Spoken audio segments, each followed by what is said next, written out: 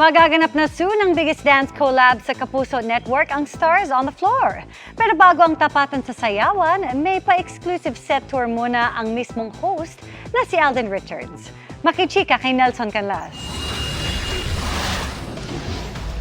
Welcome sa pinakakabog na dance floor ng taon. Si Alden Richards, hindi lang bida sa Stars on the Floor. Ngayong araw, set tour guide din siya. At kung makikita natin, ano talaga siya? Arena layout. So, andito yung audience.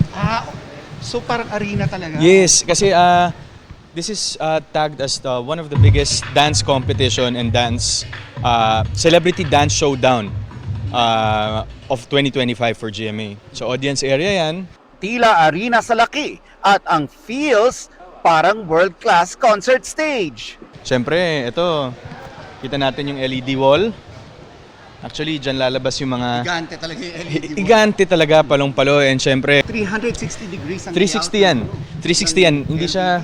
Hindi siya typical yung stage lang tapos andun sa one side kita lahat. So, para iba rin talaga. And this goes to show how big the show is. Bawat anggulo, Instagrammable. At bawat corner, may tensyon. Pero ang pinaka-intense na spot, dyan sa may hurado. Here, yan, dito sa part na to, ito na.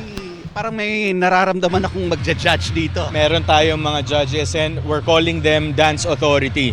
But kung sino yung mga yan, hindi ko muna pwedeng i-reveal. Teka muna, sinabi mong dance authority, so magagaling itong sumayaw. Lahat dancer, lahat palumpalo, lahat sikat, lahat, nako, may mga kanya-kanyang forte pagdating sa pagsasayaw. So nakakatuwa lang din yung dynamics and the differences between the personalities. Kaya asahan nyo na, pasabog ang labanan.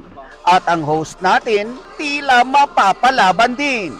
Ikaw ba, baka mapalaban ka ng sayaw dito? Definitely, yun nga parang naghahanda na tayo kasi matagal-tagal tayo. Abangan ang Stars on the Floor, coming soon sa GMA. Nelson Canlas, updated sa Showbiz Happenings.